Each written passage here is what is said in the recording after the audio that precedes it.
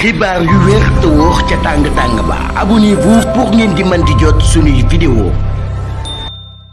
jërë ngeen jëf ci ànd gi ak ñun ci chaîne bii di Buzz 221 HD ginnaaw bi ñu leen nuyoo comme ni ko daan defee saa su ne publication bi Waly Diouf Bodiang def muy xam ne nag daal ci yenn situation politique yi amul benn stratégie boo xam ne nag daal c'est de nature à nous faire reprendre la main.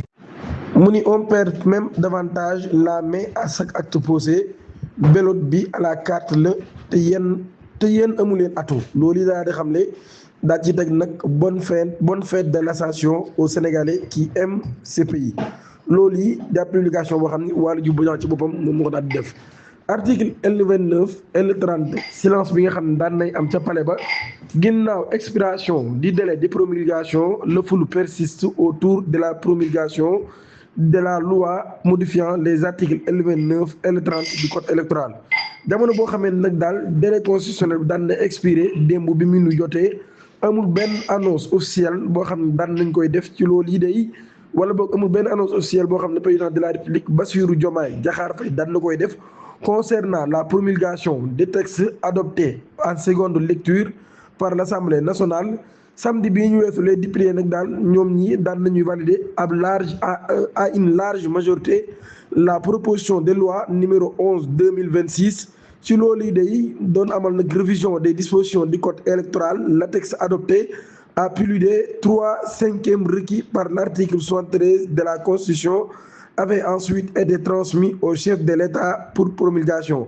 ci loolu yi nag daal ñuy wax ni absence de décision bi nga xam ne nag daal daan nañ ko ci gis muy ab absence de décision publique du président de la République loolu yi day daan nañ hypnotiser ñu bëree bëri ci ab promulgation boo xam nag ñu bëri doon nañ ko xaar. Président de l'Assemblée nationale est désormais évoqué ab procédure inédite dans l'histoire législative sénégalaise, sauf si le chef de l'État a discrètement choisi de saisir le Conseil constitutionnel pour avis ou interprétation sur le fond de la réforme introduite.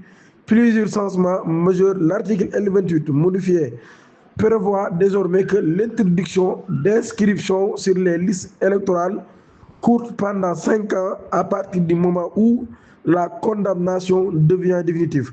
L'article L29 nag day redéfinir les délits entraînant une réduction temporaire et limitée à 5 ans la durée d'éligibilité sauf décision contraire du juge.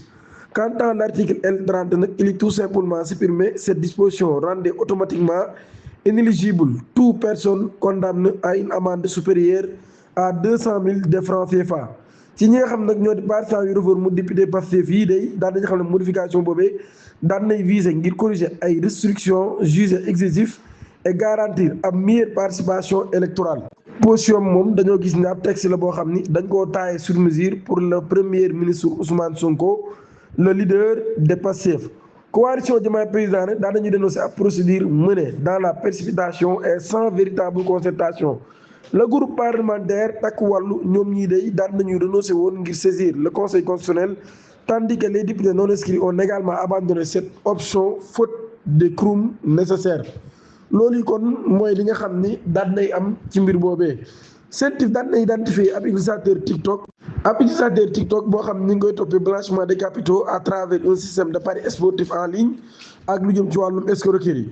bu ñu sukkandikoo ci premier élément yu enquête yi day individu bi moom mii di wal turu monsieur X doon na proposer ci TikTok ay coupons de paris présentés comme gagnant afin d'attirer des internautes. Les victimes ci boppam nag doon na leen invité ngir ñu verser ay sommes yu toll ci 5 000 ba 10 000 francs CFA. ci loolu yi day ginnaaw ba mu leen doon garantir ni dinañ jàpp coupon yi ñu doon joué. Les fonds collectés nag loolu yi day ginnaaw ba doon na ko jaarale ci ay comptes yu bëree bëri ngir ñu bañ koo mën a tracé waaye ginnaaw ba nag tracé nañ ko ba jàpp ko ak lu toll 14 millions yoo xam ne daan na koy jot a dóor. abonné leen activé ko notification bi tey ma vidéo bi jërë ngeen jëf.